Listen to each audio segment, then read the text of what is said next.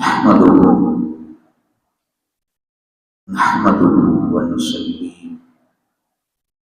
ونسلم على رسوله النبي الكريم المكين الحبيب الرؤوف الرحيم. أما بعد، فأعوذ بالله من الشيطان الرجيم. بسم الله الرحمن الرحيم. إنا أرسلناك شاهدا ومبشرا ونذيرا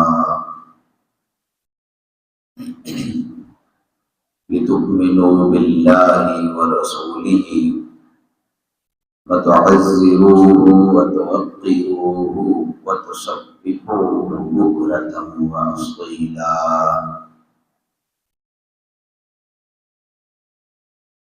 كما قال الله تبارك وتعالى في شأن حبيبه: إن الله وملائكته يصلون على النبي يا أيها الذين آمنوا صلوا عليه وسلموا تسليما. اللهم صل على سيدنا ومولانا محمد رسوله النبي الأمي وعلى آله وأصحابه وذرياته أجمعين. اللہ رب العزت کی ذات کا لاکھ لاکھ شکر، اس کا فضل، اس کا کرم اور اس کا احسان عظیم ہے کہ جس نے ہمیں اپنی تسبیح، اپنی حمد اور اپنی ثنا کے لیے منتخب فرمایا. کروڑا مرتبہ حمد و ثنا اس رب العالمین کے لیے جو ہم سب کا پروردگار ہے. کروڑا مرتبہ بے حد و بے حساب حمد و ثنا اس عظیم اعلیٰ اور عرفہ مالک و مولا کے لیے جس نے ہمیں ایمان کی دولت سے مالا مال فرمایا اور بنایا بے حد و حساب.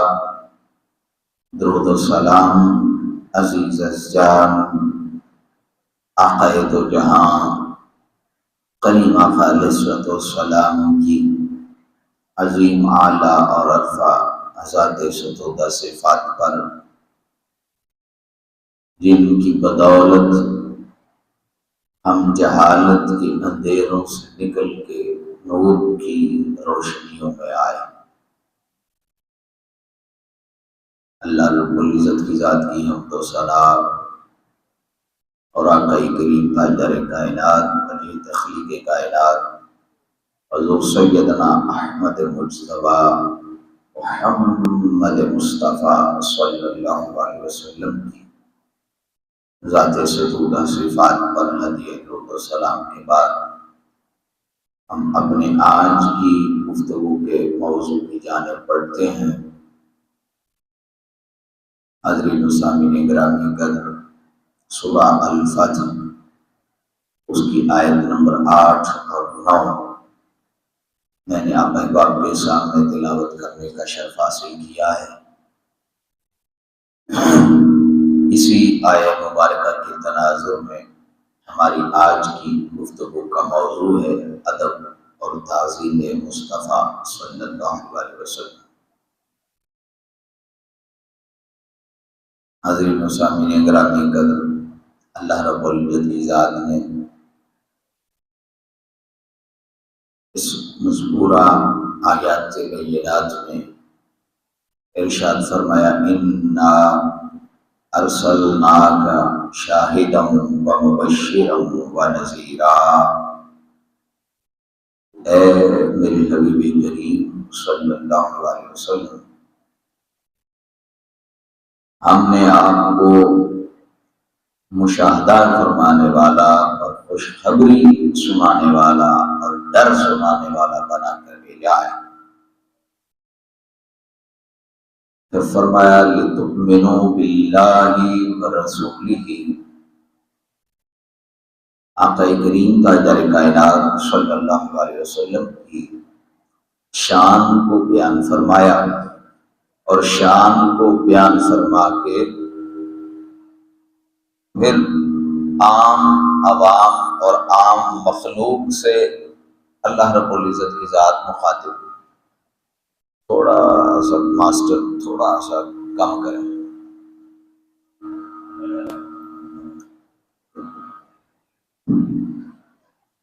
عام انسانوں سے جب خطاب فرمایا لِتُؤْمِنُوا بِاللَّهِ وَرَسُولِهِ، اے لوگو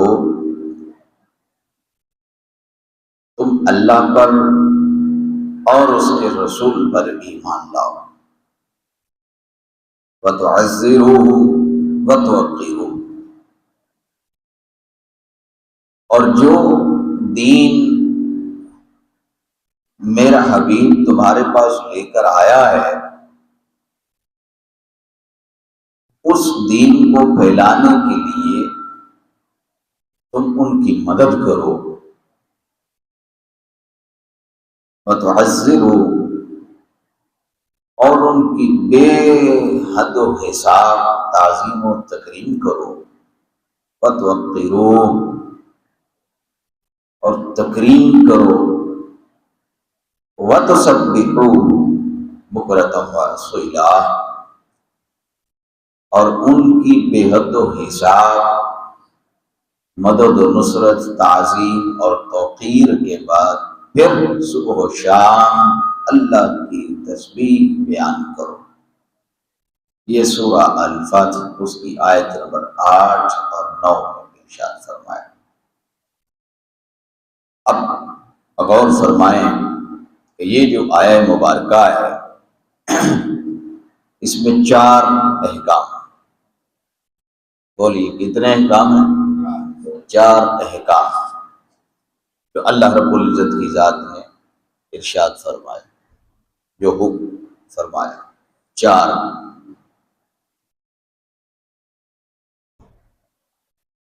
اب وہ 4 احکام کون سے ہیں؟ اللہ کی ذات نے ارشاد فرمایا، پہلا حکم لِتُؤْمِنُوا بِاللَّهِ وَرَسُولِهِ، اللہ پر بھی ایمان لاؤ اور جو رسول میں نے تمہاری طرف بھیجا ہے اس رسول پر بھی ایمان لاؤ۔ یہ ہے پہلا۔ یہ دونوں کے لیے مشترک ہے، اللہ کے لیے بھی اور اللہ کے رسول بھی۔ یہ دونوں ہستیوں کے لیے جو حکم ہے وہ مشترک ہے، اکٹھا حکم کہ دونوں پر ایمان لاؤ، اللہ پر بھی اور اللہ کے رسول پر بھی۔ پھر دوسرا حکم دیا، فرمایا وَتُعَزِّرُوهُ، اور تعظیم کرو، محبت کرو، کس کی؟ میرے رسول کی۔ کس کی؟ میرے رسول کی تعظیم کرو۔ یہ حکم فقط رسول اقدس صلی اللہ علیہ وسلم کی ذات کے لیے، یعنی پہلا حکم ایمان والا وہ اپنے اور رسول کے لیے مشترک اکٹھا۔ پھر جہاں واحد آقا علیہ الصلوۃ والسلام کی باری ہے تو فرمایا وَتُعَزِّرُوهُ، یہ جو میرا حبیب ہے اس کی تعظیم کرو۔ یہ خصوصاً آقا علیہ الصلوۃ والسلام کے لیے فرمایا۔ پھر فرمایا تیسرا حکم وَتُوَقِّرُوهُ، اور ان کی توقیر کرو، ان کی توقیر کرو، ان کی تکریم کرو، محبت کے ساتھ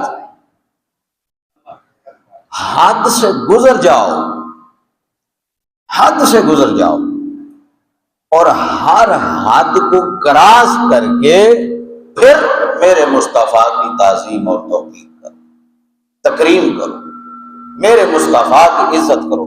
اب بھی دیکھو،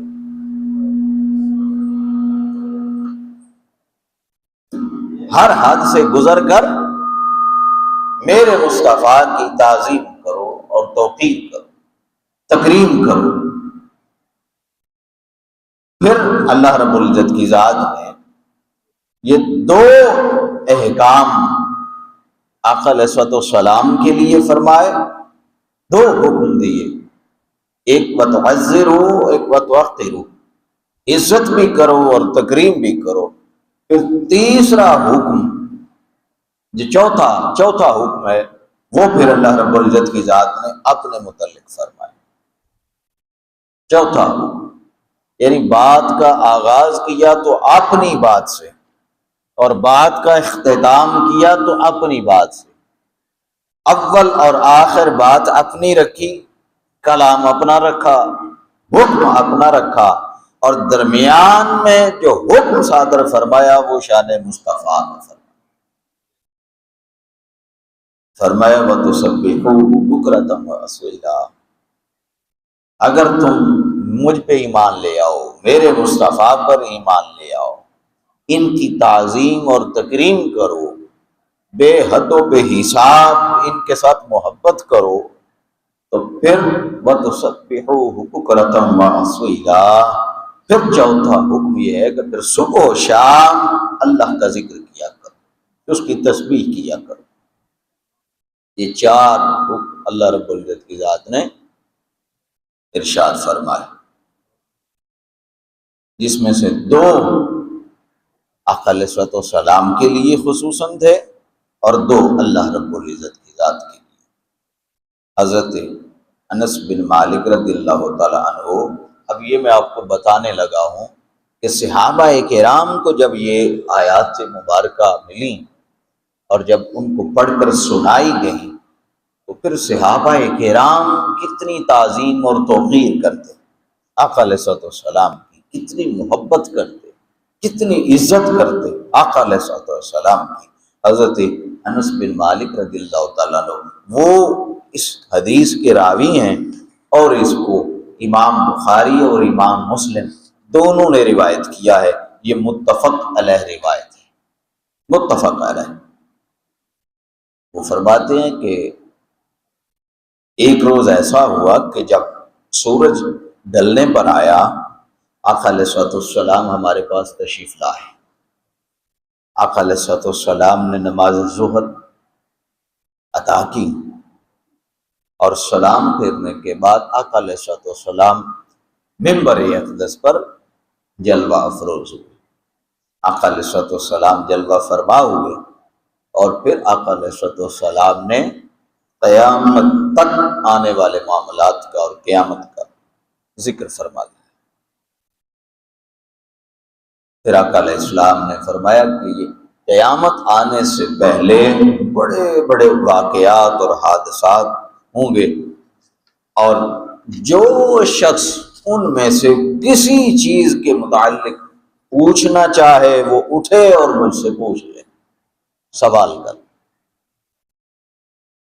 اب یہ اس کا بیک گراؤنڈ اس روایت کا کیا ہے وہ میں عرض کر دوں کہ آقا علیہ الصلوۃ والسلام کے متعلق کچھ لوگوں نے، منافقین نے، کچھ شریر لوگوں نے آقا علیہ الصلوۃ والسلام کے متعلق یہ گفتگو کی اور یہ کہا کہ معاذ اللہ آقا علیہ الصلوۃ والسلام کو علم نہیں، آقا علیہ السلام کو علم غیب نہیں ہے، آقا علیہ الصلوۃ والسلام جو دیکھتے ہیں بس وہی بیان کرتے ہیں، غیب کا علم ان کے پاس نہیں ہے۔ حالانکہ نبی جو لفظ ہے اس کا معنی اور مفہوم دیکھا جائے تو نبی کا معنی اور مفہوم ہی یہ ہے کہ غیب کی خبر دینے والا، غیب کی خبر دینے والا، یہ نبی کا معنی اور مفہوم ہے۔ تو وہ نبی اور رسول بھی مانتے تھے، اور جا کے چے مگوئیاں کرنے لگے معاذ اللہ کہ آقا علیہ الصلوۃ والسلام کو غیب کا علم نہیں۔ اب چونکہ آپ نبی اور رسول تھے، اللہ رب العزت کی ذات نے وہ خبر آپ کو دے دی۔ آقا علیہ الصلوۃ والسلام منبر پر تشریف فرما ہوئے اور وہاں آقا علیہ الصلوۃ والسلام نے وہ سارا بیان فرمایا، اور بیان فرما کے ساری باتیں پھر آقا علیہ الصلوۃ والسلام نے فرمایا کہ خدا کی قسم میں یہاں اس منبر پر موجود ہوں، میں یہاں کھڑا ہوں، جب تک میں یہاں کھڑا ہوں تم جو پوچھنا چاہتے ہو پوچھو، میں اس کا جواب دوں، جو پوچھنا چاہتے ہو۔ آقا علیہ الصلوۃ والسلام کے چہرہ اقدس سے آپ کا جلال واضح تھا۔ آقا علیہ الصلوۃ والسلام کا رنگ مبارک سرخ تھا۔ آقا علیہ الصلوۃ والسلام جلال میں تھے اس وقت۔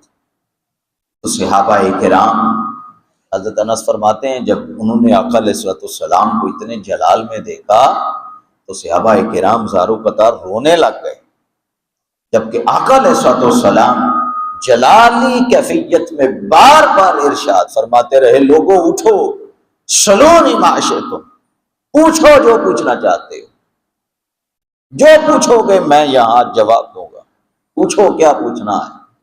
جب بار بار آقا علیہ الصلوۃ والسلام اعلان فرماتے رہے تو حضرت انس بن مالک وہ فرماتے ہیں کہ پھر ایک شخص کھڑا ہوا اور اس نے عرض کی، یا رسول اللہ صلی اللہ علیہ وسلم، میرا ٹھکانہ کہاں ہے، میرا ٹھکانہ کہاں ہے؟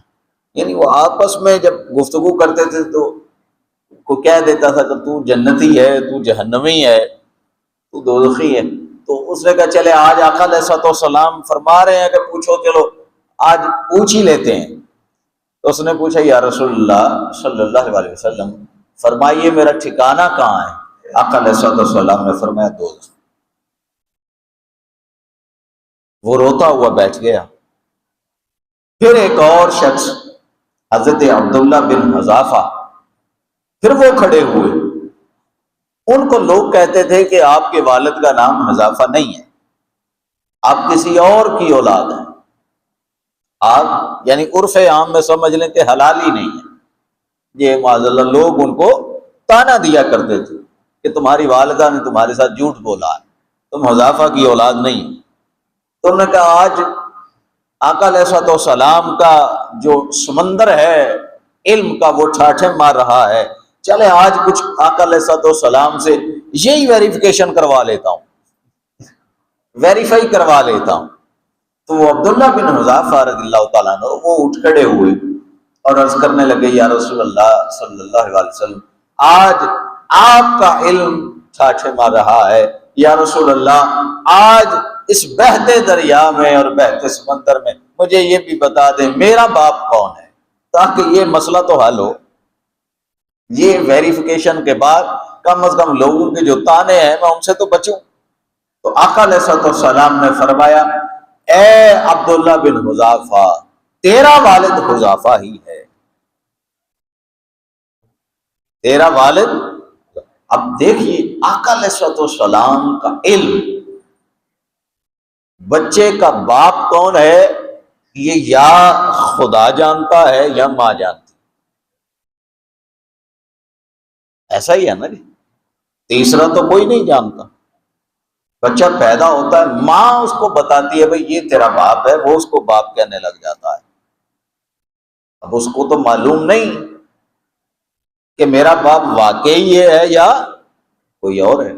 یہ ایسی حقیقت ہے کہ اس حقیقت کو صرف یا اللہ رب العزت کی ذات جانتی ہے یا وہ ماں جانتی ہے جس نے اس بچے کو جنم دیا۔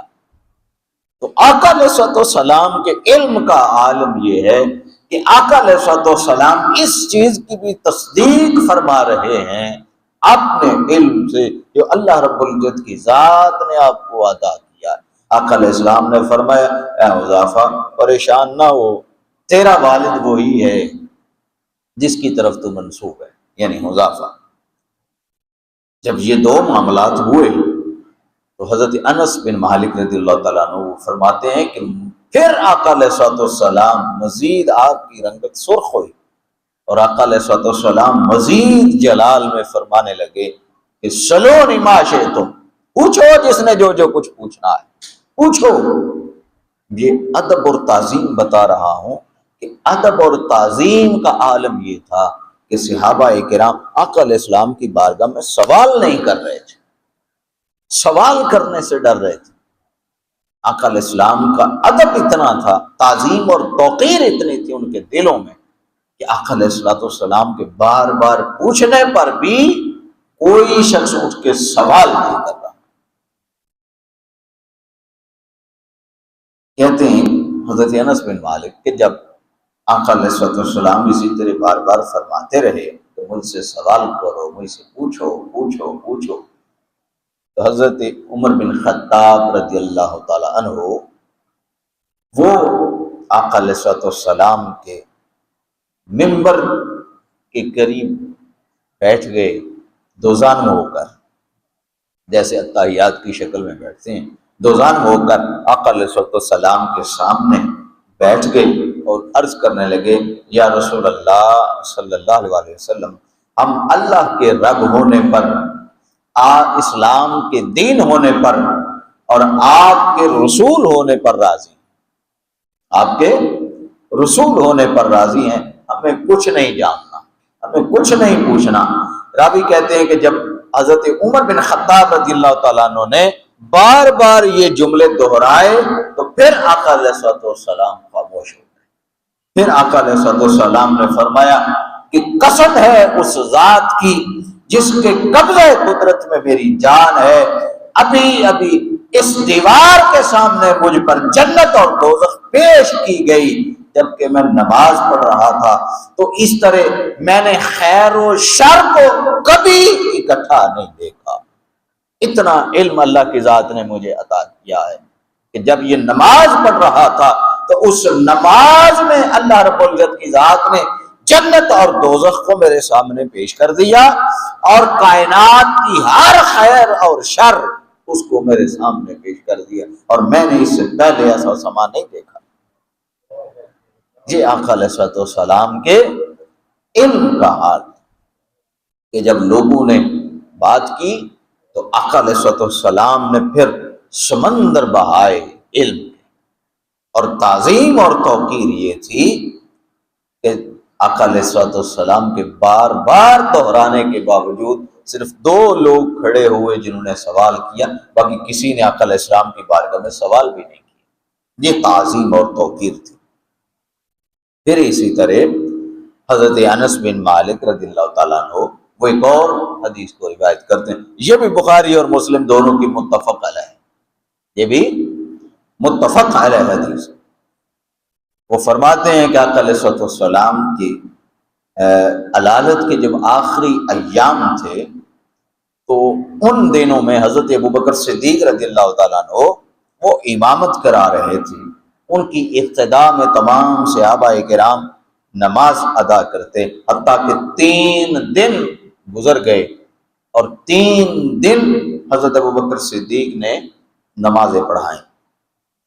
پھر ایک دن ایسا ہوا کہ ہم ان کی امامت میں جماعت میں کھڑے تھے کہ ہمیں آقا علیہ السلام کے حجرہ مبارک کا پردہ اس کے ہٹنے کی آواز آئی۔ اب صحابہ کرام کا عالم دیکھیں کہ یہ جہاں آپ کا محراب ہے بفرض محال یہاں پر مصلی تھا جہاں حضرت ابوبکر صدیق رضی اللہ تعالیٰ عنہ امامت کروا رہے ہیں، اور جہاں یہ آپ کی کھڑکی لگی ہے اس کونے میں آقا علیہ السلام کا حجرہ مبارک ہے۔ یہ تصور کریں ذرا یہ دونوں چیزوں کو، اس کے بعد اگلی بات بتاتا ہوں۔ حضرت انس بن مالک رضی اللہ تعالیٰ عنہ فرماتے ہیں کہ جب آقا علیہ السلام کے حجرہ مبارک کا پردہ ہٹا تو ایسا محسوس ہوا کہ جیسے قرآن کھل گیا، جیسے قرآن کھل گیا ہو، ایسا معلوم ہوتا تھا۔ اس وقت آقا علیہ السلام کا چہرہ انور قرآن کے اوراق کی طرح روشن تھا۔ پھر آقا علیہ الصلوۃ والسلام ہمیں دیکھ کے مسکرانے لگے، ہمیں دیکھ کے مسکرانے لگے۔ آقا علیہ الصلوۃ والسلام کے دیدار پر انوار کی خوشی میں قریب تھا کہ ہم اپنی نمازیں توڑ دیتے، اور حضرت ابوبکر صدیق وہ اپنی ایڑیاں پیچھے لے آتے، تو آقا علیہ الصلوۃ والسلام نے اشارہ کر کے ہمیں فرمایا نہیں، اپنی نمازوں کو جاری رکھو، اور آقا علیہ الصلوۃ والسلام نے پردہ گرا دیا۔ اب یہ جو روایت ہے اس کے الفاظ کے اوپر ذرا غور کریں۔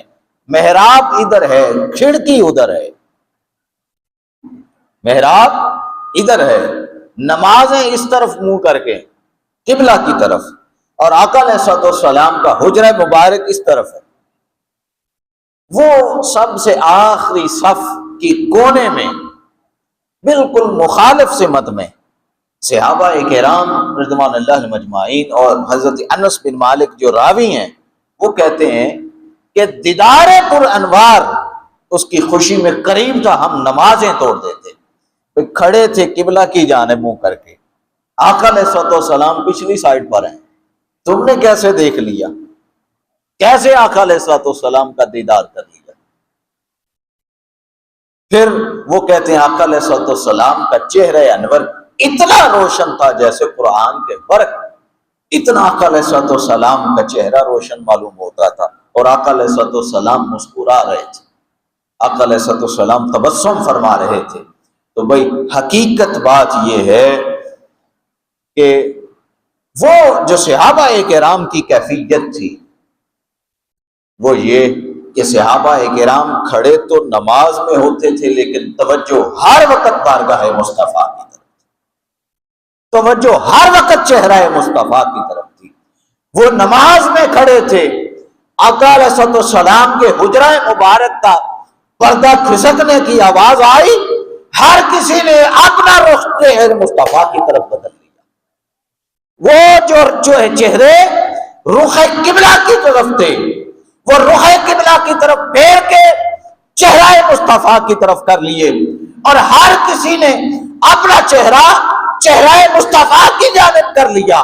جب چہرہ مصطفیٰ کی جانب اپنے چہروں کو پھیر لیا، نہ نماز ٹوٹی، نہ عبادت میں خلل آیا، نہ کسی قسم کی پریشانی ہوئی۔ آقا علیہ الصلوۃ والسلام کے چہرہ انور کو بھی تک لیا، آقا علیہ الصلوۃ والسلام کے ہنسنے، مسکرانے، تبسم فرمانے کو بھی دیکھ لیا، آقا علیہ الصلوۃ والسلام کے الفاظ کو بھی سن لیا کہ اپنی نمازیں جاری رکھو، اور پھر واپس پلٹے، چہروں کو قبلہ کی طرف کیا، اپنی نمازوں کو مکمل کیا۔ ارے یہ بات کون ان کو بتائے، کون سمجھائے کہ بھئی قبلہ کی طرف سے اگر چہرہ ہٹ جائے تو نماز ٹوٹ جاتی ہے؟ صحابہ کرام کا عقیدہ بتا رہا ہے، لوگوں وہ تم لوگ ہو جن کے خواب و خیال میں مصطفیٰ آ جائیں تو نماز ٹوٹ جائے، ہم وہ ہیں، ہمارا عقیدہ یہ ہے کہ ہم نماز میں اپنے چہرے جانب مصطفیٰ کرتے تب بھی ہماری نماز نہیں ٹوٹتی، ہماری نماز اسی طرح قائم و دائم رہتی ہے جس طرح قبلہ رخ کی طرف تھی۔ وہ علامہ اقبال کا شعر ہے کہ ازاں ازل سے تیرے عشق کا ترانہ بنی، ازاں ازل سے تیرے عشق کا ترانہ بنی، نماز تیرے دیدار کا فقط ایک بہانہ بنی۔ تو آقا علیہ الصلوۃ والسلام کے تعظیم اور توقیر اور محبت کا عالم یہ تھا کہ نماز میں کھڑے تھے، اور نماز میں کھڑے جب آواز آئی فوراً اپنے رخ موڑ لیے اور آقا علیہ الصلوۃ والسلام کی طرف تکنے لگے۔ نماز نہیں ٹوٹی، نماز نہیں ٹوٹی۔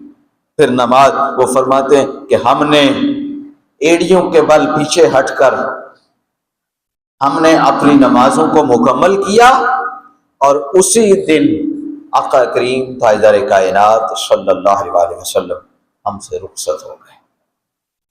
وہ آخری دن آقا علیہ الصلوۃ والسلام کا اس ظاہری دنیا میں۔ اسی طرح ایک اور مقام پر آقا علیہ الصلوۃ والسلام یہودیوں کے قبائل کی صلح کروانے کے لیے گئے، صلح کروانے کے لیے، اور پیچھے نماز کا وقت ہو گیا۔ حضرت ابوبکر صدیق نے نماز ادا کروائی۔ جب حضرت ابوبکر صدیق جماعت کروا رہے تھے تو آقا علیہ الصلوۃ والسلام تشریف لے آئے۔ آقا علیہ الصلوۃ والسلام صفوں کو چیرتے چیرتے پہلی صف میں امام کے پیچھے آ گئے۔ آقا علیہ الصلوۃ والسلام نے جب وہاں تشریف لے آئے، صحابہ کرام کو پتا چلا، انہوں نے تالیاں بجانی شروع کی، تشویق، تالیاں بجانے لگ گئے کہ امام کو پتا چل جائے۔ جب وہ شور زیادہ ہوا تو حضرت ابوبکر صدیق رضی اللہ تعالیٰ عنہ کو معلوم پڑ گیا کہ آقا علیہ الصلوۃ والسلام تشریف لے آئے۔ حضرت ابوبکر صدیق پچھلی صف میں آ گئے۔ آقا علیہ الصلوۃ والسلام نے حکم فرمایا، ابوبکر نماز پڑھاؤ، ابوبکر نماز پڑھاؤ۔ دوران نماز، دوران جماعت حضرت ابوبکر صدیق نے ہاتھ اٹھائے، دعا کی، اور دعا کی کیا دعا تھی؟ یا اللہ تیرا شکر ہے کہ تو نے اتنی عزت سے نوازا ہے کہ امام الانبیاء مجھے امامت کے لیے منتخب کروا رہے ہیں، اس عطا پر میں تیرا شکر ادا کرتا۔ دعا کی، نماز کے دوران دعا کر کے واپس پہ پڑھا۔ آقا علیہ الصلوۃ والسلام آگے تشریف لے گئے اور آقا علیہ الصلوۃ والسلام نے جب نماز کو مکمل کروایا۔ نماز مکمل ہونے کے بعد آقا علیہ الصلوۃ والسلام نے پوچھا کہ ابوبکر، جب میں نے حکم دیا تھا کہ نماز کو مکمل کرو، ما منعک، کس چیز نے تجھے روکا؟ کس چیز نے تجھے روکا جب میں نے حکم دیا تھا کہ نماز کو مکمل کرواؤ؟ قربان جائیں، آپ حضرت ابوبکر صدیق نے جو تعظیم و توقیر کی آقا علیہ الصلوۃ والسلام کی، اور جو محبت تھی، حضرت ابوبکر صدیق رضی اللہ تعالیٰ عنہ وہ عرض کرنے لگے، یا رسول اللہ صلی اللہ علیہ وسلم، ابو بکر ابن قحافہ کی کیا مجال کہ اللہ کا رسول پیچھے کھڑا ہو اور ابو بکر آگے کھڑا ہو کے امامت کروائے؟ یہ ابن قحافہ کی کیا مجال، اس کی کیا ضرورت کہ اللہ کا رسول وہ پیچھے کھڑا ہو اور ابو بکر آگے کھڑا ہو کر نماز کروا دے؟ آقا علیہ الصلوۃ والسلام نے تبسم فرمایا، مسکرائے تو آقا علیہ السلام نے فرمایا، بھائی آئندہ اگر ایسا معاملہ ہو تو پھر سبحان اللہ کہہ دیا کر، یہ تالی نہ بجانا، یہ عورتوں کے لیے، ایسا عورتیں کیا کریں، آج کے بعد آپ نے تالی نہیں بجانی۔ تو آقا علیہ الصلوۃ والسلام کی تعظیم اور توقیر میں یہ حال تھا صحابہ کرام کا۔ پھر حضرت عبداللہ بن عمر وہ روایت کرتے ہیں، یہ بھی بخاری اور مسلم کی متفق علیہ حدیث ہے۔ حضرت عبداللہ بن عمر وہ کہتے ہیں، ہم ایک غزوہ میں تھے اور وہاں بکھر گئے اور ہم پیچھے ہٹ گئے ایک جنگ میں کہ دوبارہ پلٹ کر حملہ کریں گے، ہم پیچھے ہٹ گئے تو پھر آیت مبارکہ نازل ہو گئی، ہمیں ڈر تھا کہ کہیں ہماری پکڑ نہ ہو جائے، کہ ہم جنگ سے یہ نہ پتا چلے کہ ہم جنگ سے بھاگے ہوئے ہیں، ہماری پکڑ نہ ہو جائے۔ اللہ کی ذات نے فرمایا کہ ان لوگوں کے لیے پکڑ نہیں ہے جو جنگی چال کے لیے اپنا رخ بدلتے ہیں، یعنی ایک طرف سے بھاگ کے دوسری طرف سے حملہ کرنے کے لیے جو جنگی چال بدلتے ہیں، ان کے اوپر وہ حکم نہیں لاگو ہوتا بھاگنے والا۔ تو پھر جب یہ آیات مبارکہ بھی اتر آئیں، ہم مدینہ میں چلے گئے اور شہر مدینہ کے جا کے ہم صبح کی نماز کے لیے آقا علیہ الصلوۃ والسلام کا انتظار کرنے لگے۔ جب آقا علیہ الصلوۃ والسلام باہر تشریف لائے، ہم نے عرض کی، یا رسول اللہ صلی اللہ علیہ وسلم، ہم بھاگے ہوئے ہیں، ہم بھاگے ہوئے ہیں، ہم جنگ سے بھاگے ہیں۔ آقا علیہ الصلوۃ والسلام نے فرمایا، نہیں بلکہ تم تو وہ تھے جو پلٹ کر حملہ کرنے والے تھے، یعنی تم بھاگے نہیں تھے، تم تو جنگی چال کے طور پر وہاں سے نکلے تھے، اور وہاں پھر جنگ کا صورت حال ہی بدل گئی۔ آقا علیہ السلام نے فرمایا کہ پریشان نہ ہو، میرے پاس آ جاؤ، تم بھاگے ہوں میں سے نہیں ہو۔ حضرت عبداللہ بن عمر وہ فرماتے ہیں کہ جب آقا علیہ السلام نے ہمیں قریب کیا تو ہم نے آقا علیہ السلام کے دست اقدس پر بوسہ دیا، آقا علیہ السلام کے ہاتھ چومے، اور آقا علیہ السلام نے ہمیں فرمایا، آؤ میرے پاس آ جاؤ، ہمیں سینے سے لگایا، اور آقا علیہ السلام نے فرمایا، میں ہر مسلمان کی پناہ گاہ، ہر مسلمان کی پناہ گاہ ہوں، میرے پاس آ جاؤ۔ پھر حضرت زارع رضی اللہ تعالیٰ عنہ وہ بیان کرتے ہیں، وہ خود وفد عبد القیس میں شامل تھے، وہ فرماتے ہیں کہ ہم مدینہ المنورہ میں حاضر ہوئے تو تیزی سے اپنی سواریوں سے اترے اور اتر کے آقا علیہ الصلوۃ والسلام کے دستے اقدس پر آقا علیہ الصلوۃ والسلام کے قدمین مبارک پر ہم نے بوسہ دے دیا، یعنی آقا علیہ الصلوۃ والسلام کے قدموں کو چوم لیا اور آقا علیہ الصلوۃ والسلام کے ہاتھوں کو چوم لیا، اور ہم مسلسل بوسہ دیتے رہے اور چومتے رہے۔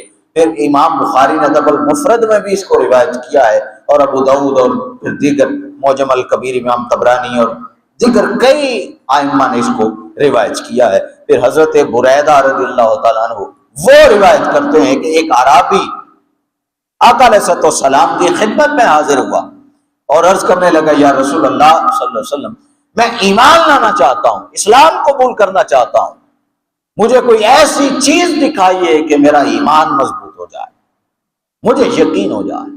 آقا علیہ الصلوۃ والسلام نے فرمایا، تو کیا چاہتا ہے، بتا کیا چاہتا ہے؟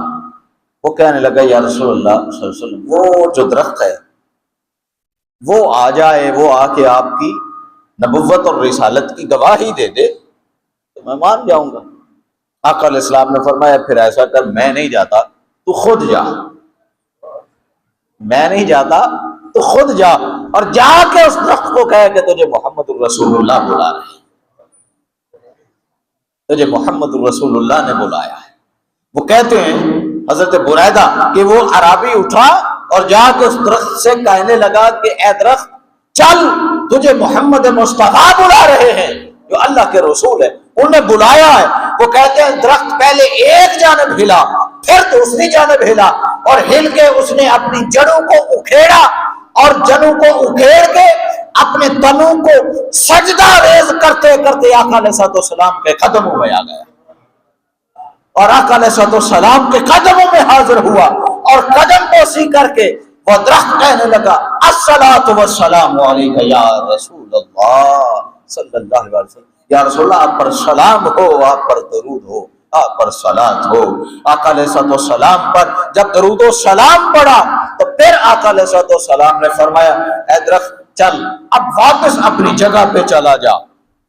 وہ کہتے ہیں کہ درخت اسی وقت جھکتا ہوا اور آقا علیہ الصلوۃ والسلام کی بارگاہ اقدس میں سجدہ کرتا کرتا وہ درخت واپس اپنی جگہ پہ پہنچا، اور جس طرح تھا اسی طرح کھڑا ہو گیا، کسی کو پتہ ہی نہیں تھا کہ یہ درخت اپنی جڑوں سے ہلا بھی ہے یا نہیں، کسی کو پتہ ہی نہیں تھا۔ اس طرح جا کے وہ درخت فکس ہو گیا اپنی جگہ کے اوپر۔ جب اس اعرابی نے آقا علیہ الصلوۃ والسلام کا یہ ادب اور تعظیم اور توقیر دیکھی کہ ایک درخت جو بے جان ہے، جس کے اندر روح کوئی نہیں، جان کوئی نہیں، جو بول نہیں سکتا، سن نہیں سکتا، وہ آ کے آقا علیہ الصلوۃ والسلام کی بارگاہ میں سجدہ ریز ہوتا ہے تو میں پیچھے رہ جاؤں؟ فوراً اٹھا اور آقا علیہ الصلوۃ والسلام کے دست اقدس پر بوسہ دیا، عرض کی، یا رسول اللہ اگر اجازت دیں میں آپ کے پیشانی کو چوم لوں۔ آقا علیہ الصلوۃ والسلام کے سر مبارک کو چوما، پیشانی کو چوما، عرض کی، یا رسول اللہ اجازت دیں میں آپ کے قدموں کو چوم لوں۔ اجازت ملی، قدم چوم لیے۔ جب پھر بھی دل نہ بھرا تو عرض کرنے لگا، یا رسول اللہ صلی اللہ علیہ وسلم، وہ بے جان سا درخت وہ آ کے آپ کو سجدے کرتا ہے، حکم دے میں آپ کو سجدہ کروں، حکم دے میں آپ کو سجدہ کر لوں۔ میں اتنی تعظیم اور توقیر کرنا چاہتا ہوں، اتنی عزت کرنا چاہتا ہوں، یا رسول اللہ حکم دیں میں سجدہ کر لوں۔ آقا علیہ السلام نے فرمایا، نہیں، میری شریعت میں، شریعت اسلامیہ میں انسان کا انسان کو سجدہ حرام ہے، میں کسی کو اجازت نہیں دے سکتا۔ تو انہوں نے آقا علیہ الصلوۃ والسلام کے دست اقدس پر بوسہ دیا، پیشانی پر بوسہ دیا، آقا علیہ الصلوۃ والسلام کے قدموں کو چوم لیا۔ حضرت ایک اور معاذ بن جبل رضی اللہ تعالیٰ عنہ یمن میں آقا علیہ الصلوۃ والسلام نے قاضی بنا کر ان کو بھیجا یمن میں، تو کافی مہینوں کے بعد یمن سے مدینہ تشریف لائے، دل اداس تھا آقا علیہ الصلوۃ والسلام کی زیارت میں، اور کافی مہینوں سے آقا علیہ السلام کا دیدار نہیں ہو سکا تھا، دل اداس تھا، پریشانی تھی، اداسی تھی۔ سواری سے اترے اور سواری سے اتر کے سوچنے لگے کہ اگر میں نے آقا علیہ السلام سے اجازت چاہی تو اجازت تو ملے گی نہیں، آج میری محبت اور میرے دل کی اداسی کہتی ہے کہ حد سے گزر جاؤ، آج ادب اور تعظیم مصطفیٰ میں حد سے گزر جاؤ۔ لیکن اگر اجازت مانگوں گا تو شاید اجازت نہ ملے۔ تو اسی وقت سواری سے اترے اور تیزی کے ساتھ آقا علیہ السلام کی بارگاہ اقدس میں حاضر ہوئے اور دھڑام کر کے جا کے آقا علیہ السلام کے قدموں میں گر گئے اور سجدہ کر لیا۔ آقا علیہ السلام سجدہ کر لیا، آقا علیہ السلام کے قدموں کو چوم لیا۔ آقا علیہ السلام نے فرمایا معاذ اٹھ جاؤ، میری شریعت میں شریعت اسلامیہ میں انسان کو سجدہ حرام ہے، انسان کو سجدہ نہیں کر سکتا۔ لیکن ایک دل میں ادب، تعظیم اور توقیر اتنی تھی آقا علیہ السلام کی کہ اس ادب، تعظیم اور توقیر میں جناب رسول اللہ صلی اللہ علیہ وسلم کی بارگاہ اقدس میں جھکنے پر مجبور کر دیا۔ اتنی محبت تھی، اتنی تعظیم اور توقیر تھی صحابہ کرام۔ پھر عروہ بن مسعود، اس کے متعلق آپ نے پہلے بھی روایت کو سنا ہے کہ وہ آقا علیہ السلام کی بارگاہ میں کفار کا وکیل بن کر آیا تھا۔ تو جب اس نے دیکھا کہ صحابہ کرام آقا علیہ السلام کے وضو کا پانی نیچے نہیں گرنے دیتے، آقا علیہ السلام حل کروائیں، بال کٹوائیں، کوئی شخص ایسا نہیں جو آقا علیہ السلام کا ایک بال مبارک بھی زمین پر گرنے دے، ہر شخص آقا علیہ السلام کے بال لینے کے لیے بیٹھا ہے۔ آقا علیہ السلام وضو کرتے ہیں، ایک قطرہ پانی کا زمین پر نہیں گرتا، صحابہ کرام اس پانی کو اپنی تلیوں پر ملتے ہیں، اپنے چہروں پر ملتے ہیں، اپنے جسموں پر مل لیتے ہیں۔ وہ واپس گیا اور اپنی قوم سے کہنے لگا، اے میری قوم، خبردار، اس شخص کی مخالفت سے باز آ جاؤ، اس شخص کی مخالفت نہ کرنا۔ پوچھا بھائی کیوں؟ تمہیں تو وکیل بنا کر بھیجا تھا، تم کیسے متاثر ہوئے؟ عروہ بن مسعود نے کہا بھائی بات یہ ہے، خدا کی عزت کی قسم، میں کسرا ایران کے درباروں میں بھی گیا ہوں، میں کیسر روم کے درباروں میں بھی گیا ہوں، میں نے شام کے درباروں کو دیکھا ہے، میں نے یمن کی سلطنتوں کو دیکھا ہے، میں نے یورپ کی سلطنتوں کو دیکھا ہے، میں نے دنیا کے کئی بادشاہوں کے دربار دیکھے ہیں اور درباریوں کی خوشامد بھی دیکھی ہے۔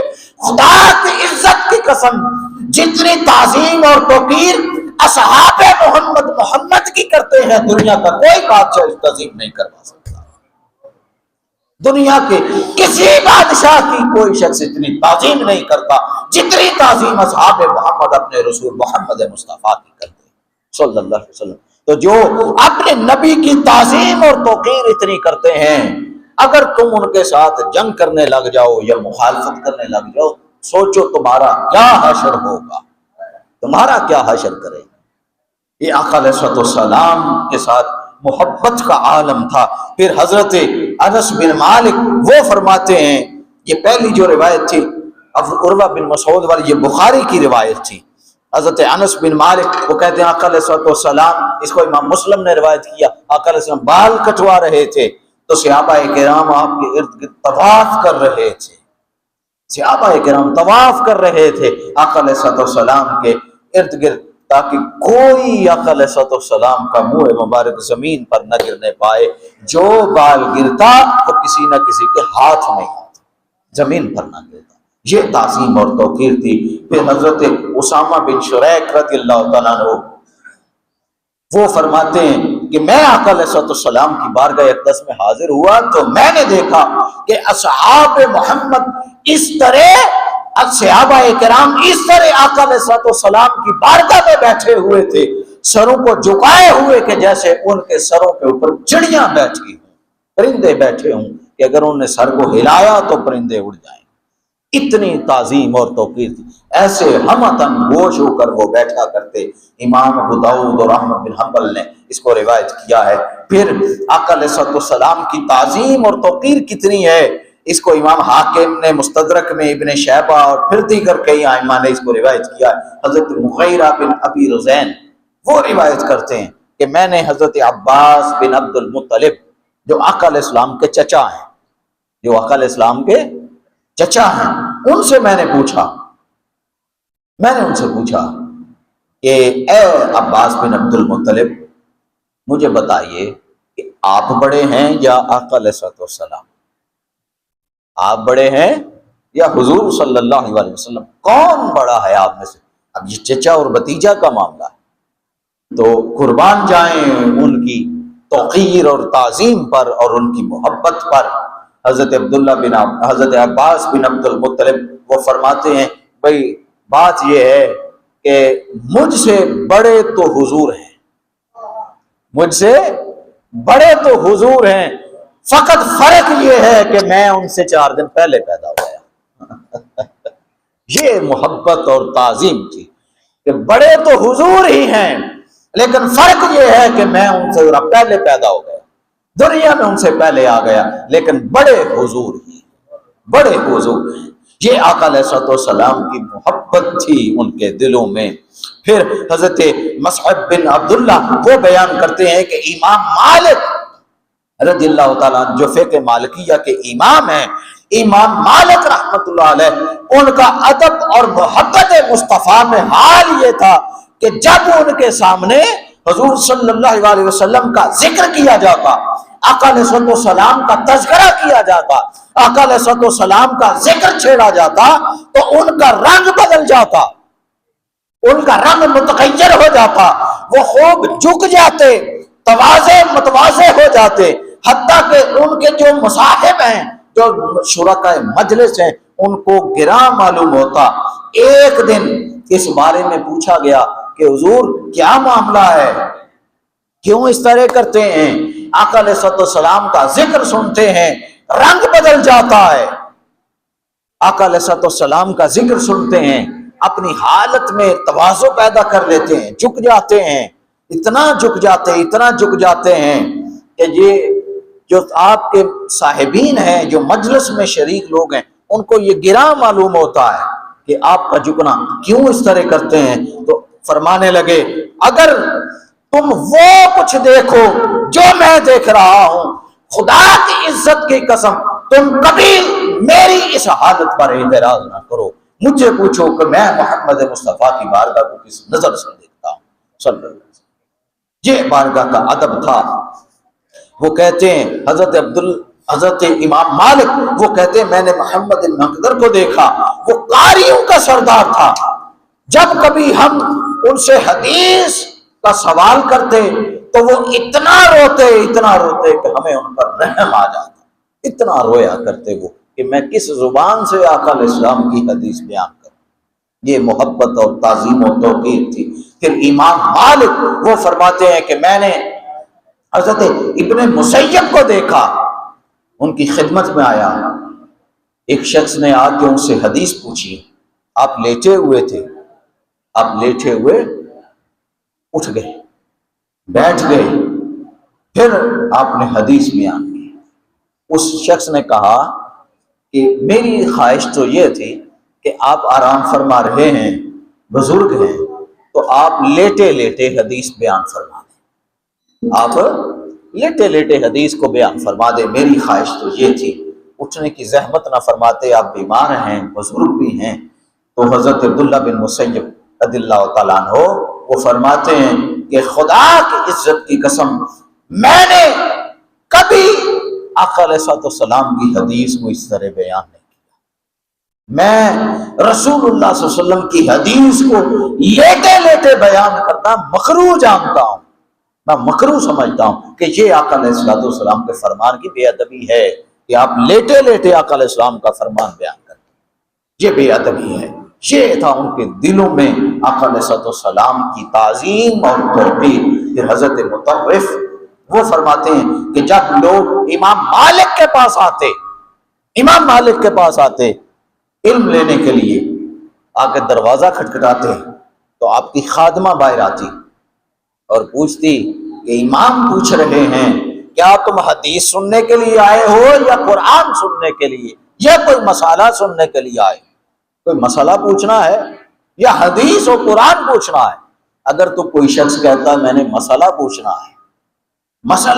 ہے تو آپ باہر تشریف لاتے اور اس شخص کو مسئلہ بیان کر دیتے، اور اگر کوئی شخص کہتا کہ میں حدیث سننے کے لیے آیا ہوں تو پھر اس کو الگ کمرے میں بٹھاتے، وہ انتظار کرتا، امام مالک جاتے پہلے غسل کرتے، اہتماماً غسل کرتے، نہاتے، غسل کر کے خوشبو لگاتے، جو سب سے قیمتی اور عمدہ ترین لباس موجود ہوتا وہ لباس زیب تن کرتے، وہ لباس پہنتے، امامہ باندھتے، پھر اپنے سر پر چادر لپیٹتے، پھر ایک تخت بچھاتے، ایک تخت بچھایا جاتا، پھر آپ باہر تشریف لاتے، اس تخت پر جلوہ افروز ہوتے، پھر آپ کے دائیں اور بائیں دونوں جانب خوشبو لگائی جاتی، خوشبو سلگائی جاتی، پھر جب وہ خوشبو اپنے جوبن پر ہوتی پھر امام مالک حدیث بیان کرنا شروع کرتے۔ اتنا اہتمام فرماتے آقا علیہ السلام کی حدیث بیان کرنے کے لیے، اتنا اہتمام فرماتے، اور پھر جب تک درس حدیث مکمل نہ ہو جاتا تب تک وہ خوشبو بند نہ ہوتی، خوشبو سلگتی رہتی۔ دیکھیے، اور اسی طرح راویوں نے کہا کہ جب آپ تشریف لاتے اس تخت پر، جب تشریف لاتے وہ اسی وقت آتے کہ جب حدیث بیان کرنی ہوتی، حدیث کے علاوہ کبھی امام مالک اس تخت پر نہ بیٹھتے۔ یہ تعظیم تھی آقا علیہ السلام کے فرمان کی۔ پھر حضرت ابن ابی اویس وہ کہتے ہیں کہ امام مالک سے کسی نے دریافت کیا، ان سے پوچھا کہ کسی نے پوچھا امام مالک سے کہ آپ کیوں اتنی تعظیم کرتے ہیں، کیوں اتنے متواضع ہیں، کیوں اتنا ادب کرتے ہیں آقا علیہ السلام کی حدیث کا؟ تو حضرت امام مالک فرمانے لگے کہ میں محبوب رکھتا ہوں اس چیز کو کہ جب آقا علیہ السلام کا فرمان آئے تو میں اس کی بے حد و حساب تعظیم کروں، بے حد و حساب تعظیم کروں، میں باوضو بیٹھ کر حدیث بیان کرتا ہوں۔ فرمایا میں مکروہ جانتا ہوں کہ رستے میں کھڑے کھڑے یا جلدی میں حدیث کو بیان کیا جائے، فرمایا میں یہ پسند کرتا ہوں کہ آقا علیہ السلام کی حدیث جب بیان کی جائے تو خوب ٹھہر ٹھہر کر اور سمجھا کر اس کو بیان کیا جائے۔